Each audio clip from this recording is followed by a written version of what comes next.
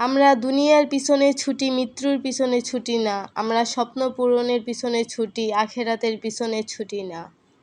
দুনিয়ার লোভ লালসা এমনভাবে ধ্বংস করে যে সে ভুলেই যায় এই দুনিয়া থেকে একদিন তাকে বিদায় নিতে হবে। দুনিয়ার লোভ লালসায় ব্যস্ত থাকা বাদশা কিভাবে আখেরাতের পথে ফিরে আসলো তা সম্পর্কেই আজকে জানব। আসসালামু আলাইকুম রহমতুল্লাহি ওবারাকাতুহু। সবাইকে আমার নিউ ব্লগে স্বাগতম। আপনাদের কাছে ভালো কিছু উপদেশ পৌঁছানোর জন্যই আমার অনলাইন জগতে আসা। এক বাদশাহ দুনিয়ার লোভ লালসা নিয়ে ব্যস্ত আছেন। এক রাত্রে বাদশাহ স্বপ্নে দেখেন বিরাট একটা বাঘ তাকে তাড়াইতেছে। সে দৌড়ে গিয়ে একটা গাছে উঠেছে। বাঘ হাঁ করে তার দিকে তাকিয়ে আছে। এর মধ্যে একটা সাদা ইঁদুর এসে গাছের গোড়াটা কতটুকু কেটে দিল।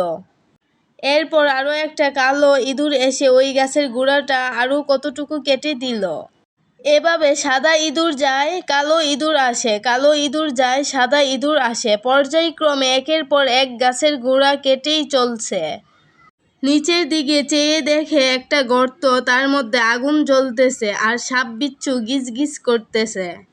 উপরের দিকে তাকিয়ে দেখে একটা মধুর মৌচাক থেকে মধু পড়তেছে আর বাদশাহ জিহ্বা পেতে ওই মধু খাইতেছে।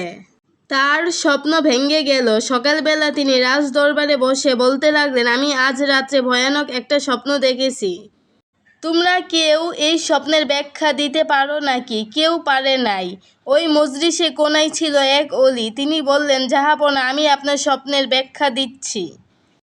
ওই বাঘটা ছিল আপনার মৌত আর ওই গাছটা হলো আপনার হায়াত।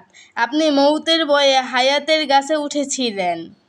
সাদা ইঁদুর হলো দিন আর কালো ইঁদুর হলো রাত্র। দিনে কতটুকু হায়াত কাটে আবার রাত্রে কতটুকু হায়াত কাটে, এভাবে কাটা শেষ হয়ে গেলে ওই মৌত এসে আপনাকে ধরবে। আর ওই যে গর্তের ভিতরে আগুন আর সাপ বিচ্ছু দেখেছেন, উহা হলো আপনার কবরের আযাব।